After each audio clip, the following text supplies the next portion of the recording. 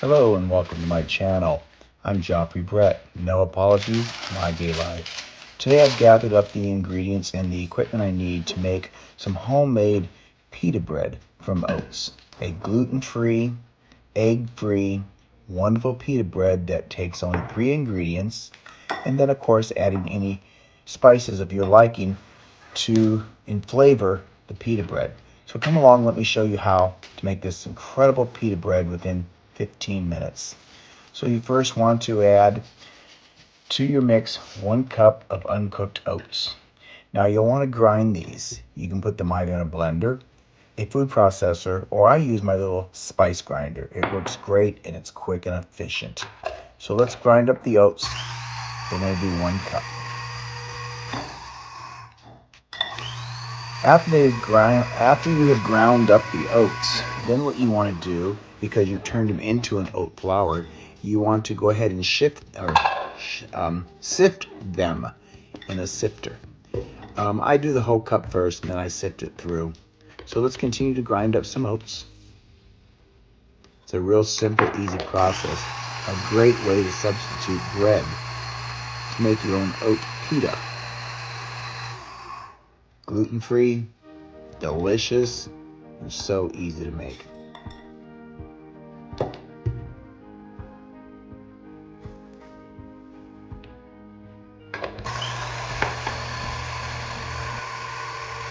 I invite you, if you like my video, to consider subscribing to my channel, hit the like button, and leave me your comments.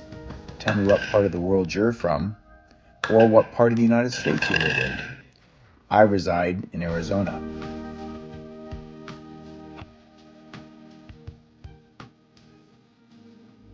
So continue to sift your flour through your sifter, and then any added oats that didn't get ground up, put back in your grinder, and continue to grind them until they're all made into a flour substance. You virtually have no mess cleanup as well, like when you make traditional breads. There's no wait time, there's no rising time. So now we're going to add salt. About 1/4 teaspoon or 1/2 teaspoon. I use sea salt. And this is optional. You can use this or not. I use 1/2 teaspoon of baking powder. It's not necessary, but I like to have them a little bit fluffier, so I do use the baking powder. You'll want to mix all that together with a fork just to combine the dry ingredients. Then you're going to add spices that you like.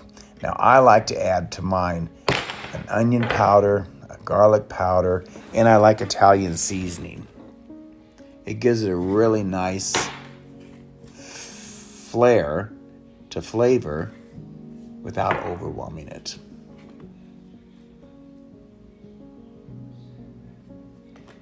And put in just as much as you like, as much as you want for yourself. I also use fresh rosemary from my garden. I cook with rosemary a lot. I think it has a really great added flavor. So let's get that all mixed together.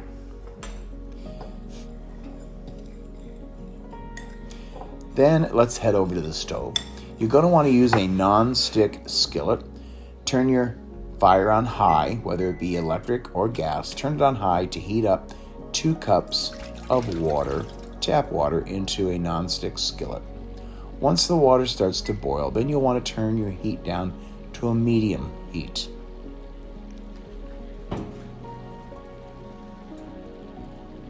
Once you've accomplished the desired heat that you need to make your pita bread, you're then going to slowly pour your flour mixture into the water and continuously stir it so that you don't get large lumps.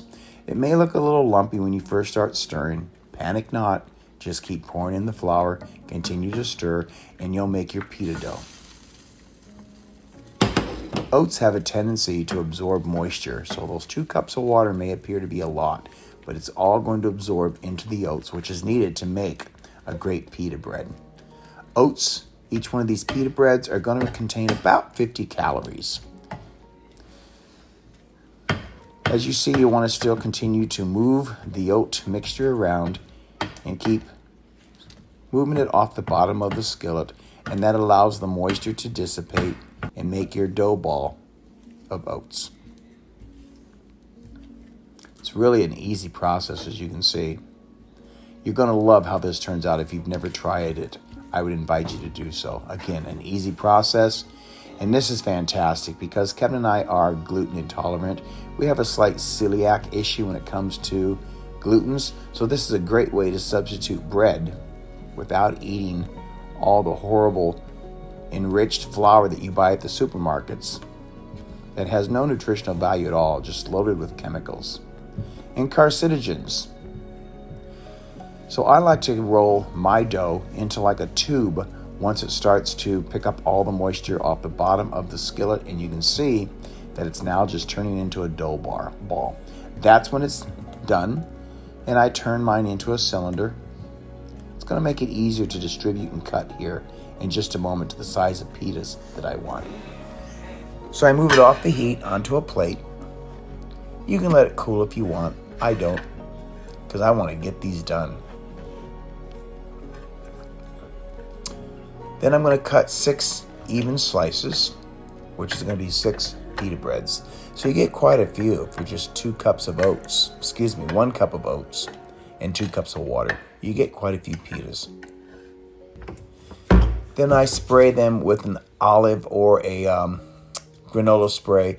You can spray them with whatever you want, and you don't need to spray them. I spray them so that they don't stick to my hands as I roll them into a ball. And then you're just going to pack them out into a pita the size that you like, to your desire of liking. You can make 4 out of this batch, or you can make 6, depending on how big you want. Then I lay them into a non-stick baking pan. I use a parchment paper so that they come out of the pan easier when they're done cooking, and the pan is already clean. I have no mess. Now I preheated my oven to 350 degrees. Once you've preheated the oven and you make your little pita breads, they will bake in the oven for 30 minutes. You can see how simple this process is.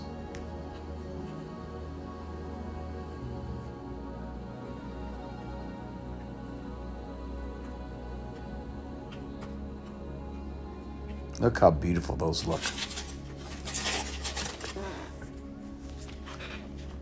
Again, don't forget to like my video, subscribe, and come along for other cooking videos and controversial conversations that I have on my channel. I just like to be an informed, elderly, 68-year-old, intelligent man. It's a great way of communication with people around the world and in my own community and in my own country. So again, I'm going to put some parchment paper down, and I have 2 smaller pitas that are going to go in this pan.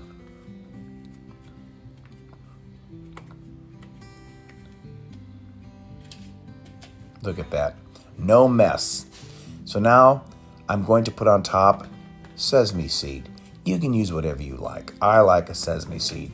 You can buy what's called the all bagel ingredients, which are lots of seeds and nuts, but I just like some simple sesame seed sprinkled on top.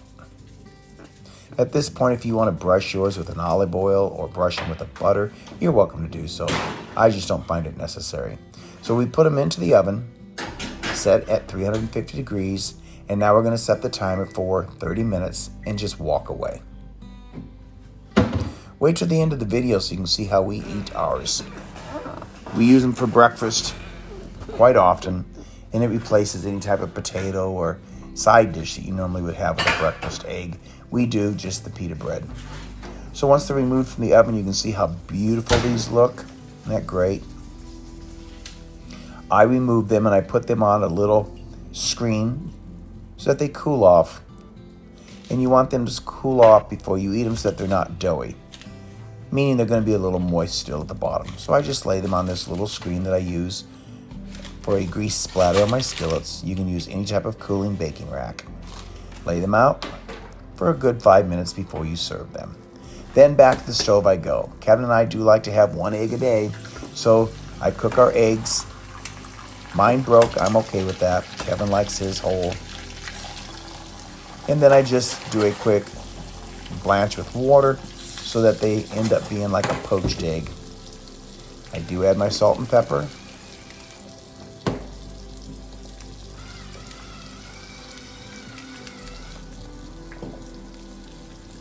add just a pinch of water, which will create some steam for me once I cover the eggs with a lid.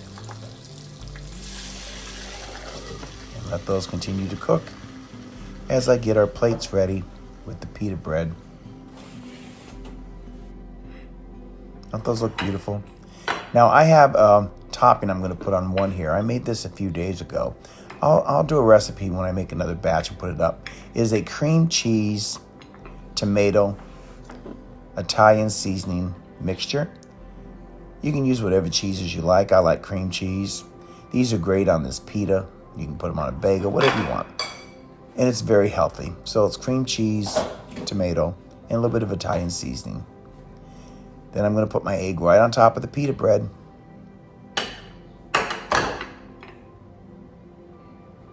And now Kevin and I have a really wonderful, tasty breakfast.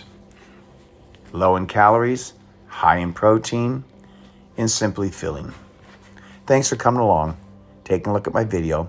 Try these breads. Tell me what you think. Until next time, ciao. Be safe. Be good to one another. We'll see you on my next video. Until then, ciao. Joffrey Brett.